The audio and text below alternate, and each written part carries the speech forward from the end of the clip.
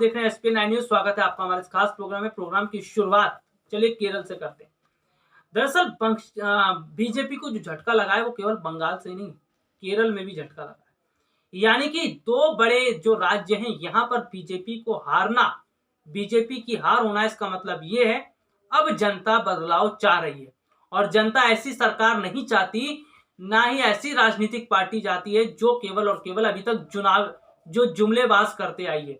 यानी कि केवल लोगों को अपनी चिकनी चुपड़ी बातों में फंसाकर लोगों को बहकाने का काम किया है।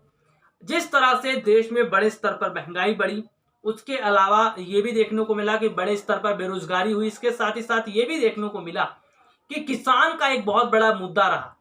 3 कृषि जो काला बिल अगर कहा जाए तो ये 3 काला बिल जो सरकार लेकर आई, किसान इसे मानने के लिए तैयार नहीं है। और किसानों से उलझकर सरकार ने अपने लिए मुश्किलें और खड़ी कर ली है।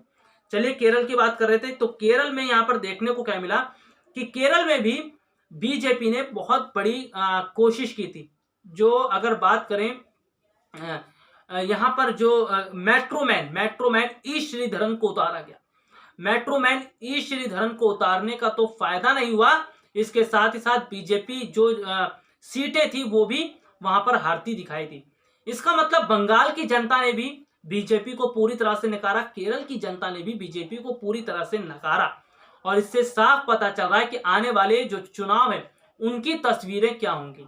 उत्तर प्रदेश का अगले साल का विधानसभा चुनाव, जिसमें देखने को मिल रहा है खास तौर पर पश्चिमी उत्तर प्रदेश, जहां पर बड़ी संख्या में किसान है, वो किसान अब की बार योगी सरकार को उत्तर प्रदेश में झटका दे सकते हैं। इसके अलावा अगर पंचायत चुनाव की बात करें तो पंचायत चुनाव जो हुए थे उसके जो नतीजे सामने आए उसमें देखने को मिला कि समाजवादी पार्टी को बड़े स्तर पर फायदा मिला। तो यहां पर देखने को मिल रहा है कि उत्तर प्रदेश के अंदर योगी सरकार की जो स्थिति है वो कमजोर होती नजर आ रही है। और दूसरे स्तर पर बात की जाए तो समाजवादी पार्टी को फायदा मिल रहा है। तो सरकार इस वक्त कई तरह से घिर चुकी है और सरकार जवाब भी नहीं दे पा रही है। चलिए एक रिपोर्ट आपको दिखाते हैं किस तरह से केरल में बीजेपी को बड़ा झटका लगा। केरल में इस बार विधानसभा चुनाव में भारतीय जनता पार्टी को निराशा मिली। राज्य की विधानसभा में इस बार उसका कोई प्रतिनिधि नहीं होगा। वह अपनी एकमात्र सीट नेमोम भी नहीं बचा पाई। हाई प्रोफाइल कैंडिडेट ए श्रीधरन भी चुनाव हार गए। यही नहीं, सबरीमाला इलाके वाली पोन्नी सीट पर भी बीजेपी तीसरे स्थान पर पहुंच गई। राज्य की 140 सदस्यीय विधानसभा में 97 सीटें हासिल कर लेफ्ट डेमोक्रेटिक फ्रंट सरकार बनाने जा रही है। कांग्रेस के नेतृत्व वाले यूनाइटेड डेमोक्रेटिक फ्रंट को 41 सीटें मिली, जबकि सबसे बड़े दल भारतीय जनता पार्टी के लिए काफ़ी शर्मनाक रहा। उसे केरल में एक भी सीट नहीं मिली। यह शर्मनाक इसलिए भी है, केरल के तमाम छोटे छोटे क्षेत्रीय दलों को भी 1 से 5 सीटें हासिल हो गई, लेकिन ए श्रीधरन जैसे कई दिग्गजों को उतारने में भी बीजेपी को कोई फायदा नहीं हुआ और इन्हें भी एक सीट भी नहीं मिल पाई। राज्य के बीजेपी नेताओं ने चुनाव से पहले बड़े बड़े दावे किए थे। हालांकि ऑफ द रिकॉर्ड बीजेपी के नेता यह उम्मीद कर रहे थे कि पार्टी इस बार 3 से 5 सीटें जीत पाएगी, लेकिन तमाम दूसरे एक्सपर्ट पहले ही ये चेतावनी दे रहे थे कि बीजेपी इस बार शून्य पर सिमट सकती है। केरल की राजनीति पर गहरी नज़र रखने वाले राज्य के कुछ बड़े पत्रकारों ने ये बताया कि राज्य में वैसे तो बहुत अच्छी स्थिति है, बीजेपी को 3 से 5 सीटें मिल सकती हैं, लेकिन निचले स्तर तक की बात की जाए तो बीजेपी इस बार शून्य पर सिमट गई, क्योंकि जिस तरह से बीजेपी ने काम किया और जिस तरह से वायदे किए वो वायदे जनता को पसंद नहीं आए। केरल में बीजेपी इस बार कुल 115 सीटों पर चुनाव लड़ रही थी और उसने 25 सीटें एनडीए के सहयोगी दलों को दे रखी थी। बीजेपी को जिन सीटों पर खास उम्मीद थी उनमें पलक्कड़, नेमोम, कजाकुट्टम, कोन्नी, मंजेश्वर आदि शामिल थे, लेकिन उसे एक भी सीट नहीं मिल पाई। हालांकि बीजेपी नेता इस बात पर खुश हो सकते हैं कि कई विधानसभा में उनका जनाधार लगातार बढ़ रहा है। साल 2016 के चुनाव में जहां 6 विधानसभा सीटों पर बीजेपी कैंडिडेट दूसरे स्थान पर आए थे, वहीं इस बार 9 विधानसभा सीटों पर बीजेपी कैंडिडेट दूसरे स्थान पर आए। राज्य में भारतीय जनता पार्टी का वोट शेयर पिछले चुनाव में लगातार बढ़ता गया। साल 2011 के विधानसभा चुनाव में बीजेपी को 6.3%, 2014 के लोकसभा चुनाव में बीजेपी को 10.85%, साल 2016 के विधानसभा चुनाव में बीजेपी को 10.6% वोट मिले। यही नहीं, पिछले साल यानी 2020 में हुए पंचायत चुनाव में बीजेपी को करीब 17% वोट मिले। इस बार विधानसभा चुनाव में बीजेपी को राज्य में कम से कम 11.30% वोट मिले। बीजेपी ने पिछली विधानसभा में जिस नेमोम सीट को जीतकर इतिहास रचा था, इस बार भी वह उसके हाथ से चली गई। उसकी इस हार की प्रमुख वजह है, इस बार यूडीएफ ने कांग्रेस के सांसद पी मुरलीधरन के रूप में मजबूत कैंडिडेट उतारे थे, जिन्होंने करीब 35,000 वोट हासिल किए। बीजेपी कैंडिडेट मेघालय के पूर्व राज्यपाल के राजशेखरन को पिछले विधायक ओ राजगोपाल के मुकाबले 15,000 वोट कम मिले। एलडीएफ कैंडिडेट वी शिवनकुट्टी को पिछली बार से कम वोट मिले, फिर भी वह विजयी हुए।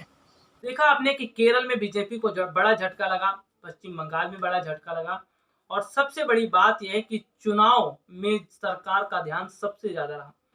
देखने को यह मिला कि देश की स्थिति, देश में जो कोरोना वायरस फैल रहा था, उस समय बीजेपी का पूरा ध्यान पश्चिम बंगाल की तरफ था। चुनाव से पहले ही बीजेपी ने जो कोशिशें थी उसको शुरू कर दी, अपने नेताओं को भेजना शुरू कर दिया, बड़े बड़े स्तर पर रैलियां की जाने लगी, और बीजेपी अपना सारा बोरिया बिस्तर समेटकर पश्चिम बंगाल चली आई।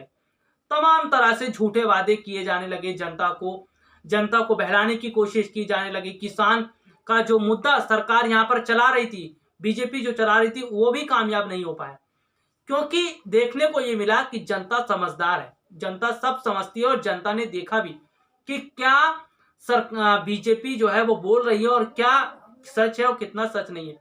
लेकिन सबसे बड़ी बात अगर बात की जाए, लोकसभा चुनाव के दौरान कुछ सीटें क्या जीत गई बीजेपी, ऐसा लगने लगा कि वो ममता बनर्जी को पश्चिम बंगाल से पूरी तरह से हरा देगी।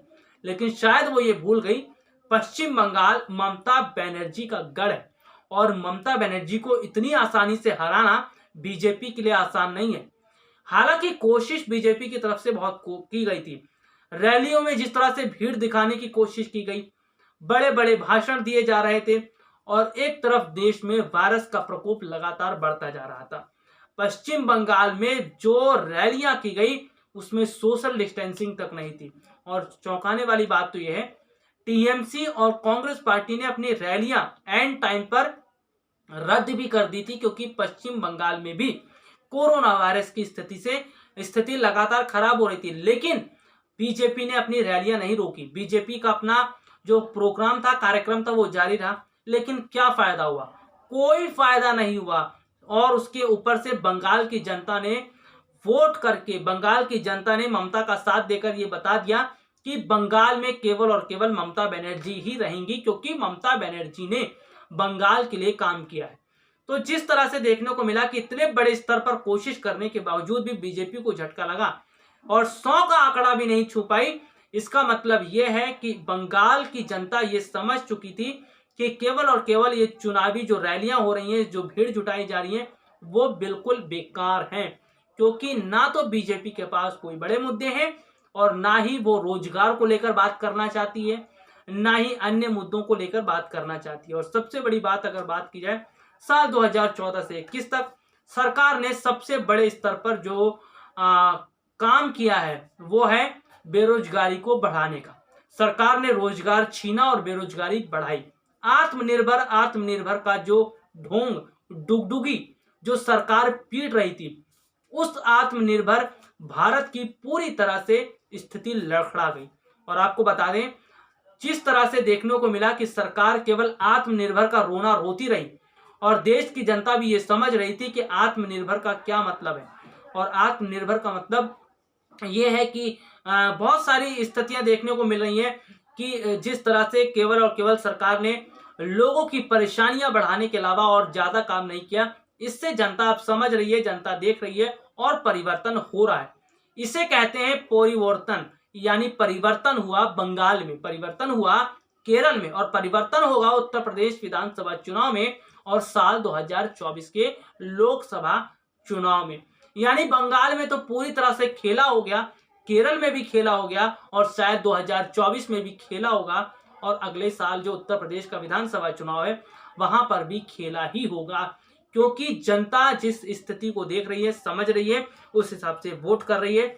और सबसे बड़ी बात देखने को यह भी मिला है कि किस तरह से एक बड़े स्तर पर जनता ने बीजेपी को नकारा है और अब नकारती हुई नजर आ रही है। फिलहाल के लिए आज मुझे इजाजत दीजिए। नमस्कार।